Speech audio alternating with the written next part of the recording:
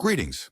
Today we delve into a secret world of deception, industrial espionage, and impending catastrophe that could have changed the course of history. Inside the shadows of Nazi Germany's intelligence operations, a startling truth was uncovered. The Allies, especially the Americans, were producing military might at a staggering, almost unbelievable rate, far beyond what the Nazi leadership could have imagined. But what if the Germans had already missed the signs?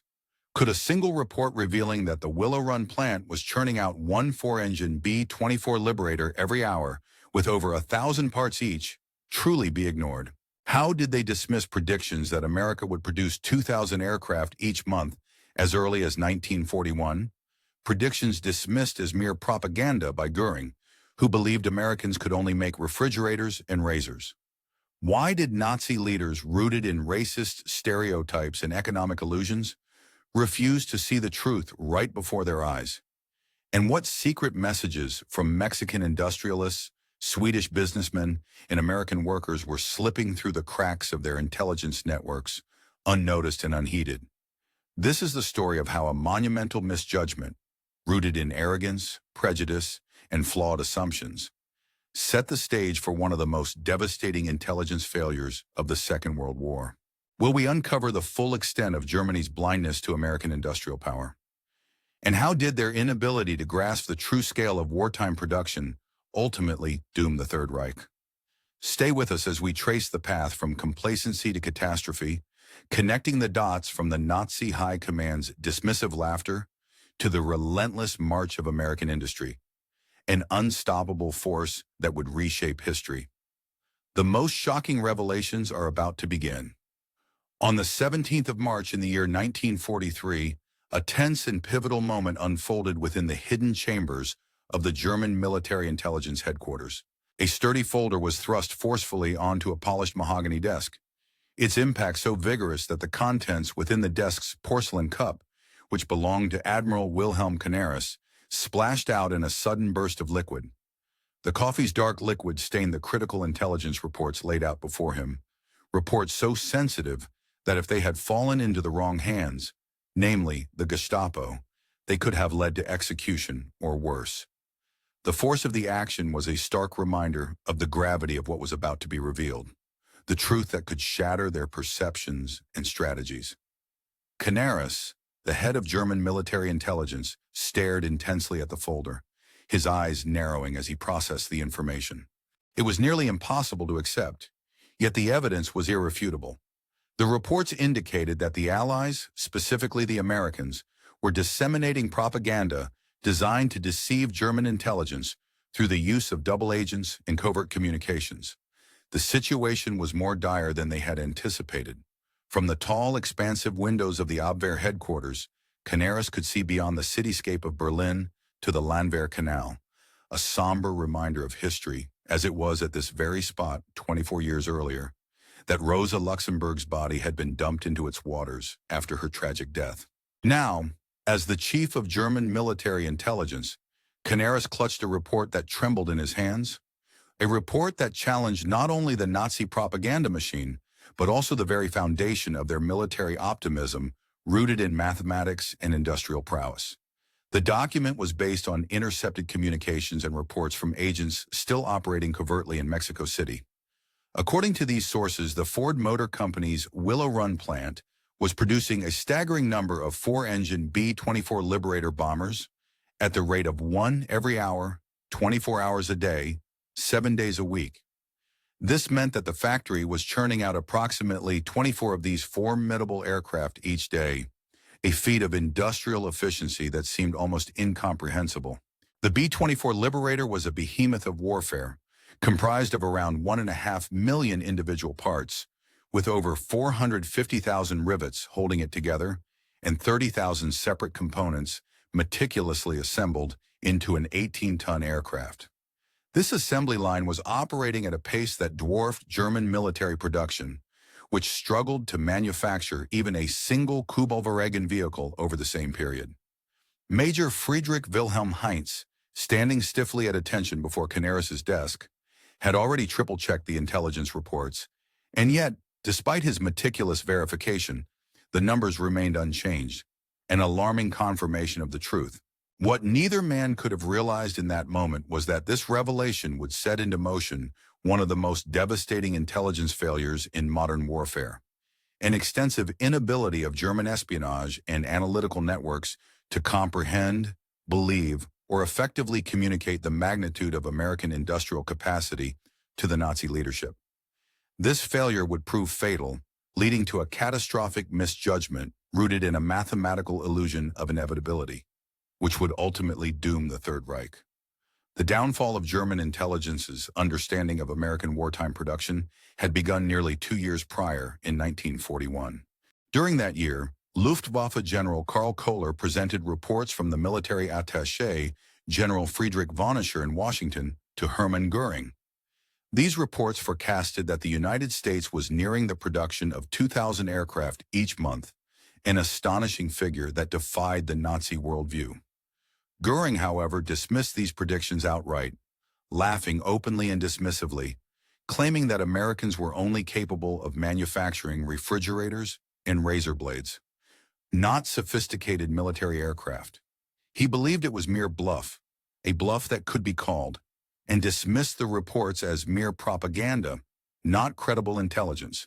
Göring further reinforced this skepticism during a meeting with Adolf Hitler at the Wolfschanze, a location whose precise identity remains a matter of historical debate, in December of 1941, just 4 days after the attack on Pearl Harbor. During that encounter, Göring declared confidently that Americans, owing to their democracy, their mongrel population, and their Jewish communities, could not possibly produce the vast quantities of war material they claimed. He argued that their democracy made them weak, their diverse population rendered their efforts inefficient, and their Jewish citizens corrupted their national spirit, claims rooted in Nazi racial and economic theories. These assumptions led him to dismiss American industrial capacity as exaggerated or fabricated. By March of 1943, however, the landscape had changed dramatically. Reports from German intelligence networks operating across the Americas painted a starkly different picture, one that defied all previous assumptions based on Nazi racial ideology and economic understanding. These reports came from a variety of sources: Mexican industrialists sympathetic to Germany, Spanish diplomats, Swedish businessmen traveling through Detroit, and even intercepted letters from American workers to relatives in neutral countries. The process of analyzing intelligence data during a time of global conflict was as complex as it was crucial. Among the most insightful sources was a former Lufthansa pilot named Ritter, who had spent a decade living in the United States prior to the outbreak of war. His extensive experience and deep understanding of American industry gave him an advantage over many of his German counterparts, especially when it came to assessing the true capacity of the United States to mobilize and produce wartime material. During the bustling 1920s in Manhattan, Ritter's apartment overlooked the construction site of the Chrysler Building, a symbol of American industrial ambition. He had been an eyewitness to the rapid erection of what would soon become the tallest skyscraper in the world, completed in less than 2 years, an achievement that exemplified America's remarkable engineering and organizational prowess. Admiral Ritter, reporting directly to the German intelligence chief Canaris, believed that if the figures and developments he had uncovered were accurate, and he was convinced they were, then Germany was already at a strategic disadvantage. In his assessment, the war had effectively been lost by Germany, and the only remaining questions were about the timeline and the mathematical inevitability of defeat. This conclusion arose from intelligence channels that were increasingly perilous, winding through routes more treacherous and clandestine with each passing day. One of the more concerning elements of this intelligence network involved Georg Nicholas, who managed the primary German espionage operations in Mexico City. Nicholas had cultivated sources among American businessmen who traveled frequently between Detroit, the heart of American automotive industry, and Mexico's oil-rich regions. These businessmen casually discussed what they considered miracles they had witnessed, remarkable industrial feats and technological advancements, completely unaware that their conversations were being carefully recorded and transcribed by German agents operating covertly in their midst. A notable example took place on February 3rd in the year 1943, when Harold Morrison, an American oil executive, attended a social gathering hosted by the German-Mexican Commerce Association in Mexico City. After consuming several shots of tequila, Morrison began describing a recent tour of the Willow Run facility, a massive manufacturing plant arranged by Ford Motor Company to showcase its ability to meet government production contracts for wartime aircraft. Unbeknownst to him, Wolfgang Blau, a German agent disguising himself as an Argentine leather merchant, was meticulously listening and taking notes as Morrison recounted the details. Morrison, speaking with a sense of pride and awe, described the scale and sophistication of the Ford plant. "What I saw defies description," he had said, unaware that Blau was recording every word. "The assembly line is over a mile long. The entire building is so large that clouds actually form inside it, and sometimes it even rains within the factory premises."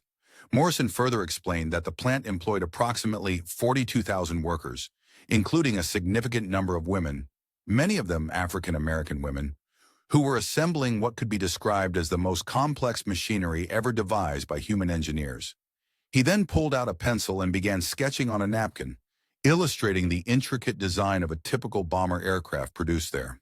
"The bomber has 2 bomb bays, each capable of carrying 4,000 pounds of ordnance," Morrison explained. "It features 4 engines, each producing 1,200 horsepower. The production lines are organized into sections, what Ford calls sub-assemblies, that flow together like rivers converging into a vast sea." He detailed how different parts, wing sections arriving from one direction, fuselages from another, and tail assemblies from a third, met precisely along the line, demonstrating the incredible coordination and planning involved.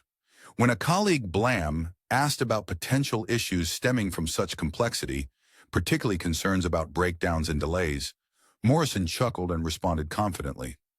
"That's what makes consolidated aircraft manufacturing unique," he said. "They mocked Ford because they thought you couldn't build airplanes with the same efficiency as cars. But Ford reduced the entire process into 60,000 individual operations. Every worker repeats the same task repeatedly. For example, a woman who yesterday was preparing breakfast for her children now installs hydraulic lines in the tail section of a plane. They train workers in just days, not months, to perform these specialized tasks. This detailed intelligence was invaluable because it revealed the true scale and sophistication of American wartime manufacturing, information that was otherwise difficult to obtain. But perhaps even more revealing was the intelligence gathered from Spain under the covert influence of Colonel José Ungría, who served as the Spanish military attaché in Washington. Ungría maintained close relationships with American aircraft manufacturers, often visiting their plants and exchanging information, all while secretly providing Germany with critical intelligence. His motivation was to secure shipments of tungsten, an element vital to Spanish industry, and, crucially, essential for the manufacturing of military equipment and high-performance alloys for Germany. In March of 1943, Ungría attended a clandestine meeting or event, the details of which remain documented in intelligence reports, where he continued to gather and transmit information. His role exemplifies the complex web of espionage. The story begins with an unexpected encounter at the Argentine embassy, where an individual had the chance to meet Charles Sorensen, who was notably the chief of production at the Ford Motor Company and the mastermind behind the legendary Willow Run plant. At that time, Sorensen believed he was conversing with a representative from a neutral nation that might be interested in purchasing aircraft after the war. And thus, he spoke quite openly about the remarkable capabilities of his plant and its operations. Little did he know that every word he uttered would be transmitted to Berlin within a mere 2 weeks, making his insights a valuable asset for enemy intelligence. Reflecting back to my own experience, I recall my first visit to the Consolidated Aircraft Manufacturing Plant in San Diego in the year 1940, a pivotal moment in wartime production. During that visit, I observed the workers building B-24 bombers outdoors under the bright California sun.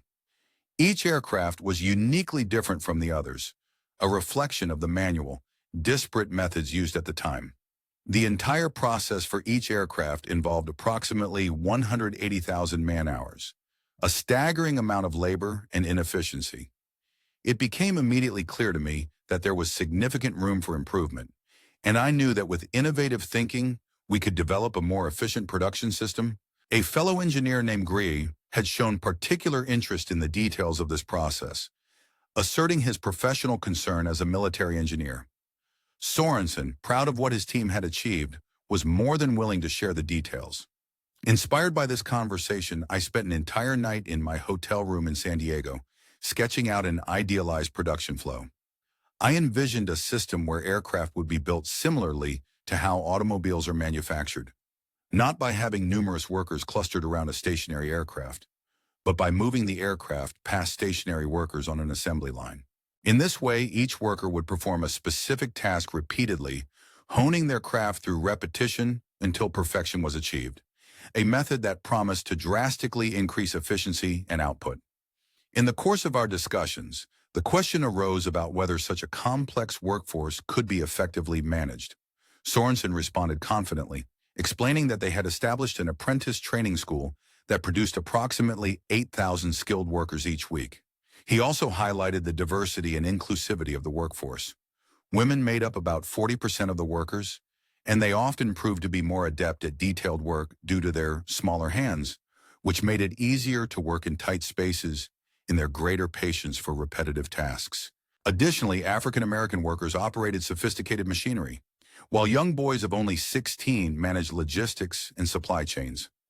Sorensen emphasized that democracy, at its core, meant utilizing all available human resources, regardless of race, gender, or age, to maximize productivity. As intelligence agencies sought to monitor and understand the true scope of American wartime manufacturing prowess, German spies and their allies kept close tabs on Willow Run. Through various channels, Swedish, Argentine, Japanese, and Turkish, they received consistent and reliable reports confirming the plant's remarkable production rate. A Swedish engineer named Eric Lundberg visited Willow Run in March of 1943 and reported back that the plant operated with an efficiency that was almost incomprehensible to Europeans, especially given the scale of its operations. He noted that the plant utilized approximately 1,600 specialized machine tools, many of which were designed for single, specific operations, illustrating the staggering capital investment involved, estimated at perhaps $200 million solely for tooling.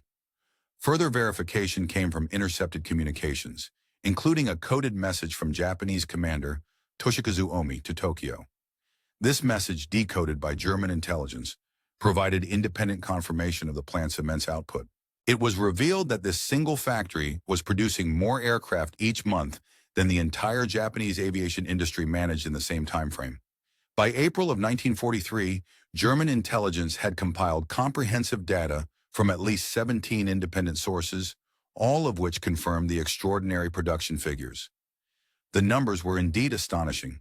At their peak, Willow Run was manufacturing around 650 B-24 bombers every month, and the total American B-24 production exceeded 1,400 aircraft per month. In the face of such overwhelming production capacity, the Allies grew increasingly concerned about the accuracy of their intelligence.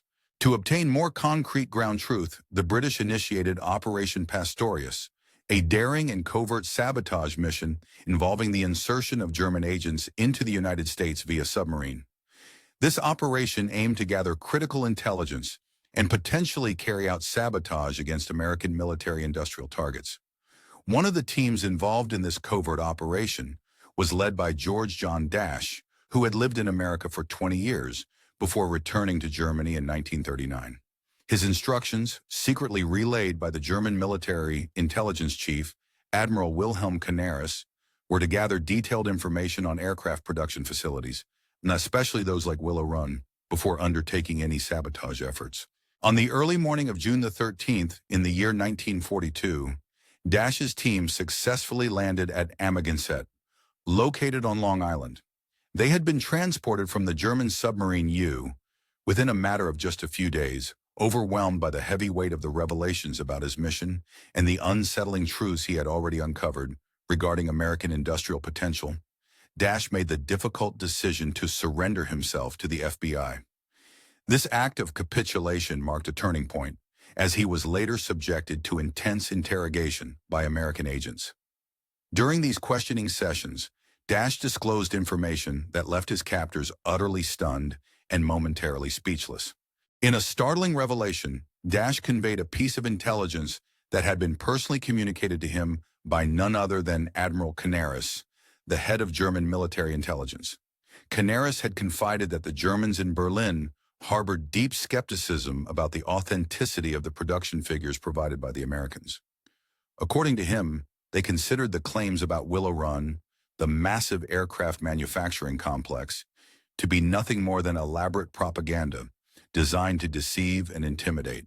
Canaris had expressed a desire to see tangible proof, photographs, detailed employee counts, shipping records, and concrete documentation, to force the Germans, especially the high command under Goering, to accept the reality of American wartime industrial capacity.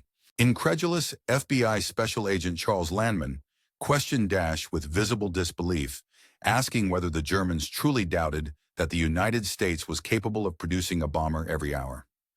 Dash, with a bitter laugh, responded that he had lived and worked in America and had first-hand experience of its industrial might. He explained that he had seen Ford's automobile factories, which before the war could produce a car every minute.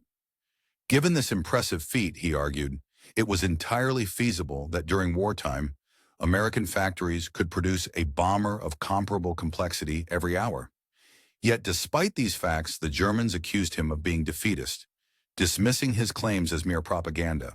On the 21st of April, 1943, a significant date marking Hitler's 54th birthday, Canaris personally presented a comprehensive package of intelligence to Goering at Karen Hall, the ostentatious hunting estate belonging to the Reichsmarschall, situated to the north of Berlin. This meeting would go down in history among German intelligence circles for Goering's unwavering and complete rejection of the overwhelming evidence laid before him. Canaris had brought with him a collection of photographs, intercepted documents, and reports from a multitude of sources, which he meticulously spread across Goering's vast oak table, like a dealer displaying a hand of cards destined to lose the game. With the seriousness of a man who knew the stakes, Canaris began carefully. Herr Reich Marshal, we have confirmation from 17 independent sources. The Ford Willow Run plant is indeed producing one B-24 Liberator every hour at the peak of production, and this rate has been maintained consistently since January. At this point in the war, Goering, who had already gained significant weight, over 280 pounds, picked up one of the photographs. It depicted the sprawling assembly line extending into the distance, a testament to the scale of American industry. With evident contempt, Canaris addressed Goering directly. "Do you take me for a fool?" he asked sharply. "These are obviously wooden mock-ups, mere props used for propaganda purposes. The Americans want us to believe they can produce aircraft like sausages. The Willow Run plant probably manufactures no more than 50 bombers per month." To bolster his case, Canaris then produced another document, an intercepted manifest from the Pennsylvania Railroad, detailing aluminum shipments. He pointed out that, Herr Reich Marshal, they are consuming 16 million pounds of aluminum each month at this one facility, more than our entire monthly wartime production. Such staggering figures seemed almost unbelievable. Goering, however, responded with a harsh laugh, dismissing the evidence by questioning, "Then where do they get all this aluminum from?" "From their Negro workers, from their women riveters." He then accused Canaris of being duped by American propaganda, casting doubt on the authenticity of the intelligence. A week later, Canaris received a summons to appear before Hitler himself at the Wolf's Lair headquarters. The meeting was attended by Generals Jodl and Ketel, as well as Propaganda Minister Isef Goebbels. During this tense session, Hitler examined maps of the Eastern Front, where the Wehrmacht was preparing for Operation the Citadel, the Battle of Kursk. The Führer listened impatiently as Canaris presented the intelligence, knowing he was risking his very life with every word. Canaris, aware of the gravity of his disclosures, spoke with caution but clarity. He explained that if the Americans truly had the capacity to produce 1,500 or more B-24 bombers each month, along with an equivalent number of B-17s, in addition to their fighter aircraft and the British wartime output, then the aerial bombardment of the Reich was on the verge of surpassing Germany's defensive capabilities. The reality, he implied, was that the Allied industrial might was rapidly approaching a point where it could threaten the very survival of Adolf Hitler's. Reaction to the intelligence reports was typical of his approach. Immediately defensive and dismissive, he dismissed the idea that the Americans could produce a vast number of complex military aircrafts with the same ease they manufactured everyday goods like automobiles and refrigerators. The Americans are capable of mass-producing simple commodity, he argued, but a bomber is not a car. It demands a level of precision, craftsmanship, and dedication that cannot be hurried. He pointed out that it had taken Germany 6 years to prepare for total war, a process that required meticulous planning and technological development. In contrast, the Americans claimed they had achieved similar objectives in just 16 months, a feat Hitler considered outright impossible. Meanwhile, General Jodl, who had access to intelligence figures provided by Admiral Canaris, carefully analyzed the data and attempted to produce realistic estimates. Even if one were to accept just a quarter of these figures as accurate, the numbers still appeared too optimistic, and Hitler interrupted sharply, dismissing these calculations outright. His conviction was firm. The United States entered the war in December of 1941, and building an enormous, fully operational factory capable of such output within a mere 16 months was simply unthinkable. To Hitler, it was an impossibility, an illusion fabricated by biased or misled sources. However, what the Nazi leadership was unaware of was that Canaris had managed to secretly obtain rare footage of the Willow Run factory in full operation. Through covert contacts within American intelligence networks based in Switzerland, Canaris acquired a film that had been smuggled out via Spanish diplomatic channels. This clandestine footage consisted of about 5 minutes of continuous shot, vividly portraying the assembly line in action. The film showed a mile-long production line where B-24 bombers, at every stage of construction, moved steadily past the camera. Men and women of diverse backgrounds, white, black, male, female, worked with an almost mechanical precision, each performing their task flawlessly. Several shots confirmed the clock's timing, revealing a highly organized and efficient operation. In the solitude of a restricted, secure room within the Abwehr headquarters, Canaris and his deputy, Hans Oster, watched the footage with a mixture of disbelief and cautious hope. As the camera tracked along the assembly line, the enormity of the operation became startlingly clear. The production pace was relentless. Entire aircrafts in various assembly phases moved seamlessly down the line. The scene was so convincing that it left no doubt about the factory's immense capacity. Asta, a trusted aide, whispered in awe, "My God, it's true." Canaris, still holding the lighter that he used to burn the film after watching, understood the gravity of what they had seen. He turned to Oster and said, "We cannot show this to them. If we do, they will cry foul, accuse us of forging evidence or worse, of treason." The risk of revealing such intelligence was too great. Exposing the footage could lead to accusations of fabrication or betrayal. Yet the reality was undeniable. A formidable industrial machine was in full operation across American soil, capable of producing aircraft at a scale that could potentially change the course of the war. In November of the year 1943, German intelligence took further steps to verify these astonishing reports. They obtained aerial photographs of the Willow Run facility, captured by a Spanish diplomat who had managed to fly over the site and take detailed images. Experts in photo analysis spent weeks scrutinizing these images, drawing conclusions based solely on visual evidence. The photographs revealed parking lots filled with approximately 12,000 cars, indicative of 3-shift operations working around the clock. Adjacent to the main plant, completed B-24 bombers could be seen parked at the nearby airfield, with at least 47 aircraft ready for immediate deployment or delivery. The assembly line itself was visible through skylights. An unbroken, precisely spaced line of aircraft in various stages of construction, matching the reports from American sources. Railroad sidings were also clearly visible, with numerous freight cars delivering raw materials and components essential for the factory's continuous operation. Hedman Bernard, a respected analyst, documented their findings, noting that the photographic evidence confirmed previous human intelligence reports. "The production rate appears to be accurate," he wrote, emphasizing that the scale and pace of the operation were real and ongoing.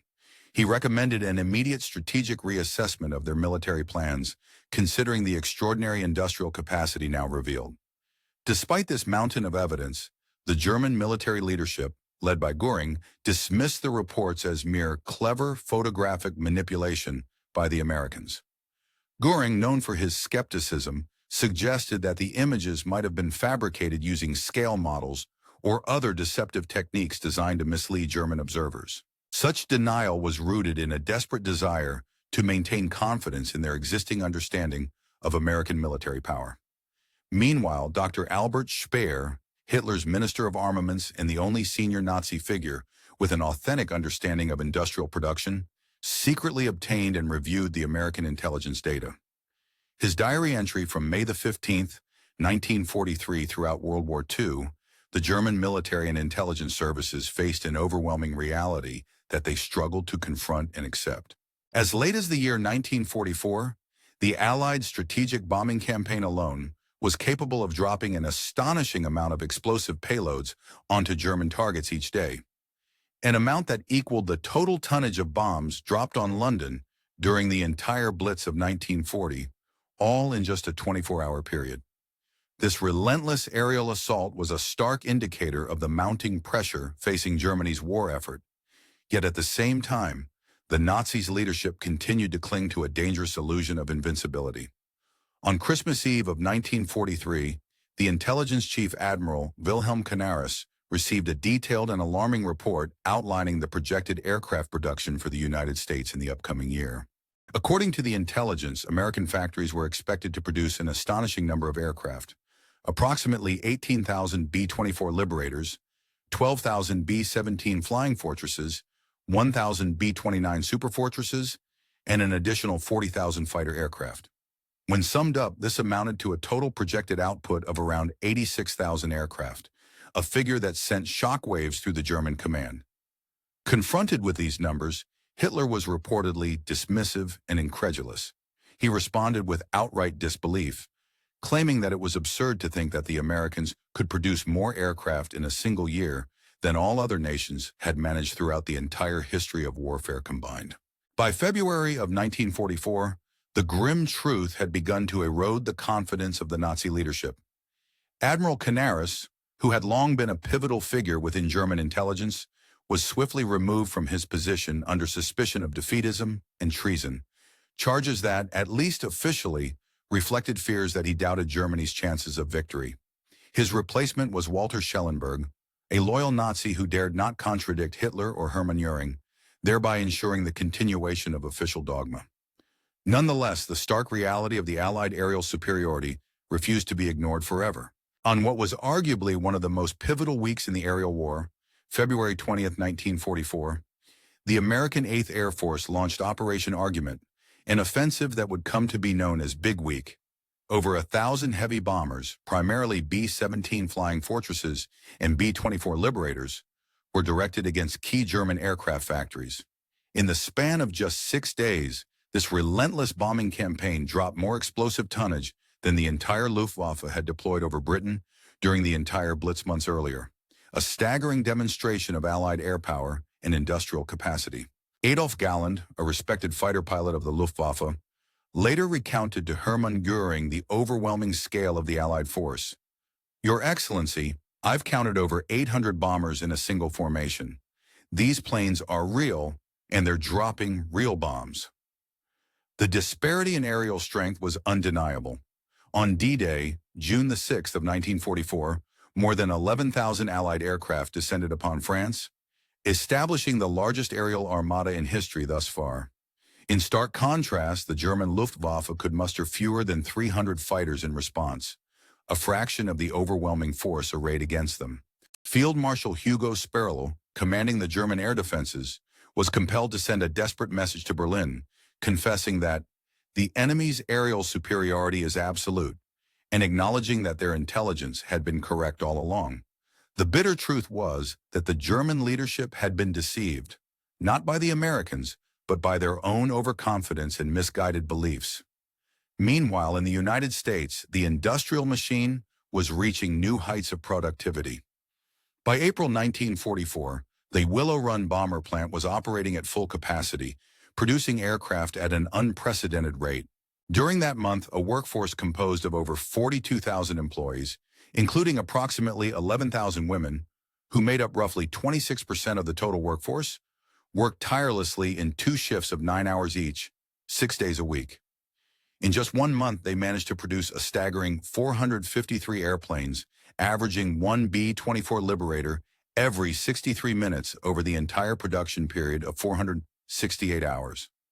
The plant's efficiency and scale were nothing short of remarkable, symbolizing the industrial might of the Allied war effort. The demographic composition of the workforce at Willow Run was especially striking and deeply revealing.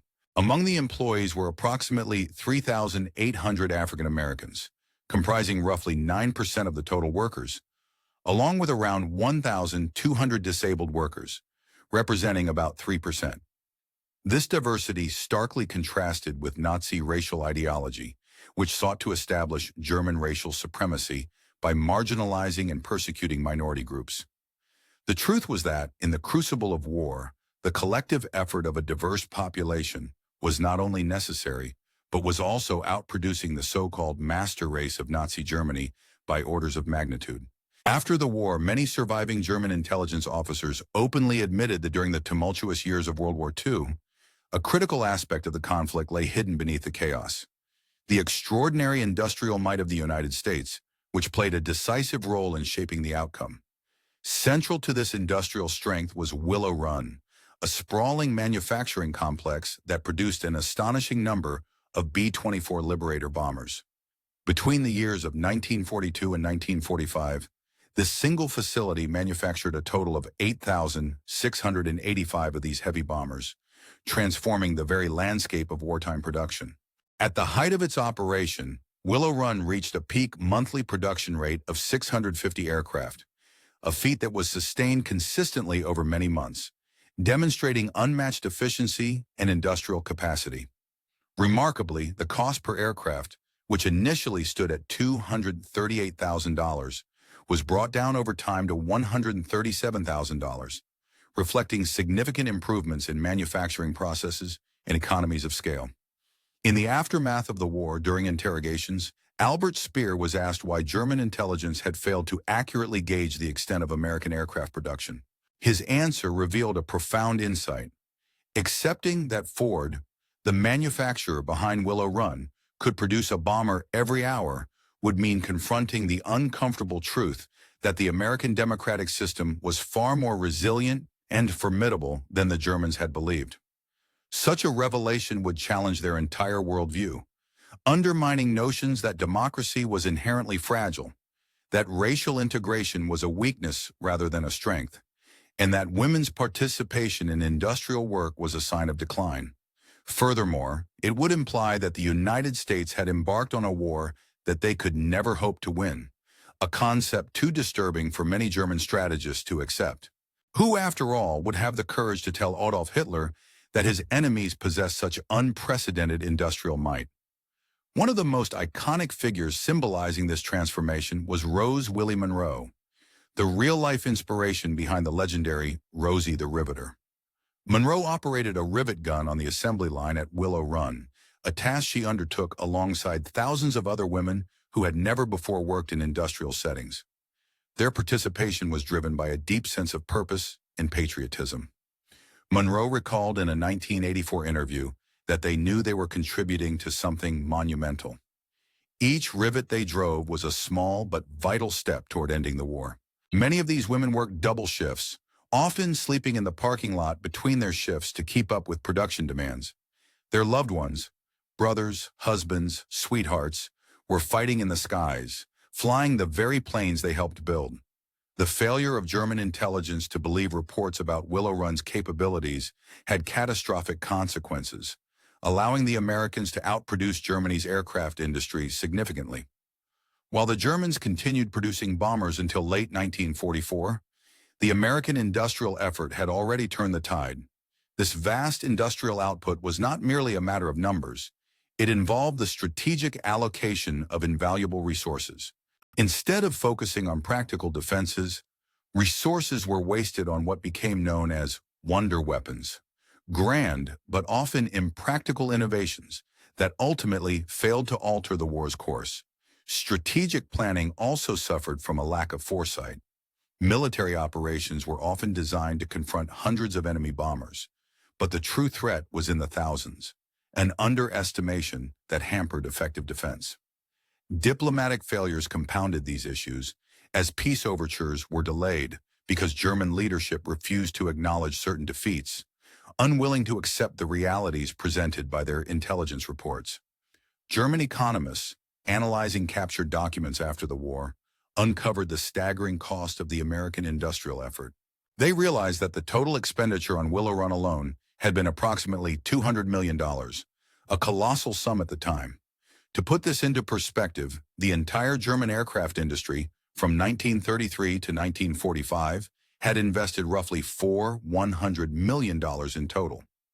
The floor space of Willow Run measured an astonishing 3.5 million square feet, while all combined German aircraft factories covered only about 8 million square feet.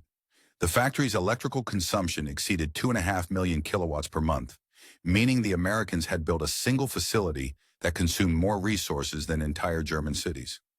As the war drew to a close, the full scope of this industrial effort became undeniable. According to official figures, the total number of B-24 Liberators produced was 18,188, of which Willow Run constructed 8,685. In addition, the United States produced 12,731 B-17 Flying Fortresses.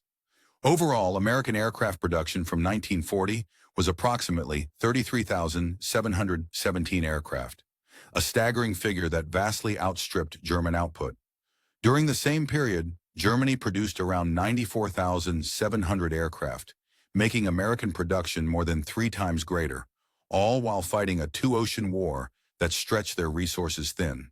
Historians now regard the intelligence failure by German authorities regarding American industrial capacity as one of the most consequential lapses in military history. The failure was not. The lessons embedded within history often serve as profound reminders about the nature of human cognition, the perils of bias, and the tragic consequences of ideological blindness. One of the most critical insights relates to the way our minds can distort reality through what is known as cognitive bias. This bias often causes individuals or entire systems to dismiss or reject accurate and objective intelligence if it conflicts with deeply held beliefs or preconceived notions. In such cases, the human tendency to cling to core beliefs, no matter how ill-founded or disconnected from factual evidence, can lead to a dangerous form of ideological blindness that clouds judgment and hampers rational decision-making. When political or ideological convictions override the clear and often uncomfortable truths that data or facts present, the result is systemic failure. Intelligence agencies or decision-making systems that punish or suppress inconvenient truths tend to foster an environment where comfortable lies flourish, effectively blinding leaders to reality. This phenomenon can prove fatal, especially when the stakes involve national security or the fate of entire nations. A particularly instructive example of this can be seen in the tragic miscalculations that occur when opponents are underestimated. Such errors, often rooted in overconfidence and a failure to recognize the resilience or capabilities of adversaries, have historically led to catastrophic outcomes. An illustrative incident from history involves the dedication ceremony of the Yankee Air Museum at Willow Run, a site renowned for its massive aircraft production during World War II. At this event, a memorable encounter took place between Rose Willow Monroe, a former Rosie the Riveter, and Hans Rudel, a former German Luftwaffe pilot. Rudel, curious about the rapid construction of aircraft at Willow Run, asked Monroe, "How did you manage to produce so many so quickly?" Monroe's straightforward reply was, "Honey, we just went to work every day and did our job." She emphasized that there was no magic or complexity, just diligent effort. Nothing fancy, just punch in, build bombers, punch out. Democracy isn't complicated. It's simply free people doing their best. Rudel responded with a stark assertion. "We were told democracy made you weak, that your diversity made you inefficient." He continued, "We were fed lies, and those lies cost millions of lives." This exchange underscores a crucial lesson. The power of truth and the dangers of accepting falsehoods. Rudel and his comrades had been misled by propaganda, which convinced them that democratic diversity was a weakness rather than a strength. The tragic irony is that, even as German intelligence reported on American industrial capacity, the truth was ignored. In the ruins of Berlin in May of 1945, American intelligence officers uncovered a final German report, dated April the 20th, 1945, on Hitler's last birthday. This report confirmed the production levels at Willow Run, a fact the Allies had been aware of for 2 years. Yet when the time came, this critical truth was dismissed or not believed. The core issue was not a lack of intelligence, but a failure of wisdom, the inability or unwillingness to accept facts that contradicted cherished beliefs. History teaches us a sobering truth. Realities do not bend to our ideological desires or wishful thinking. Mathematics, grounded in logic and empirical evidence, remains unmoved by mythology or propaganda. When truth is ignored or dismissed, it often results in tragedy. The German report, which could have altered perceptions and strategies, was never formally delivered because by the time it might have been acted upon, Hitler was in his bunker. The once mighty thousand-year Reich had only days left to survive, and many American bombers, many of which had been built at Willow Run, delivered the final blow that ended the regime's reign of terror. The verdict of history is unequivocal. German intelligence was highly effective, but the Germans' refusal to accept or act on the truth, out of ideological blindness, was catastrophic. This failure to embrace uncomfortable truths is a warning that resonates across nations and eras. Reality does not care about human beliefs. It exists independently of our perceptions. Those who deny or dismiss reality in favor of ideological narratives ultimately invite their own destruction. The story of Willow Run is more than a testament to industrial might. It is a proof that democracy can succeed, that diversity strengthens societies, and that freedom fosters innovation and progress. Despite the efforts of German spies to monitor their enemies, they refused to believe the truth about American industrial capacity. This disbelief contributed directly to the downfall of the Third Reich, just as surely as any bombing campaign. Ultimately, the lesson is clear. Truth, when ignored or rejected, leads to tragedy, and recognizing reality, no matter how uncomfortable, is essential for survival and progress.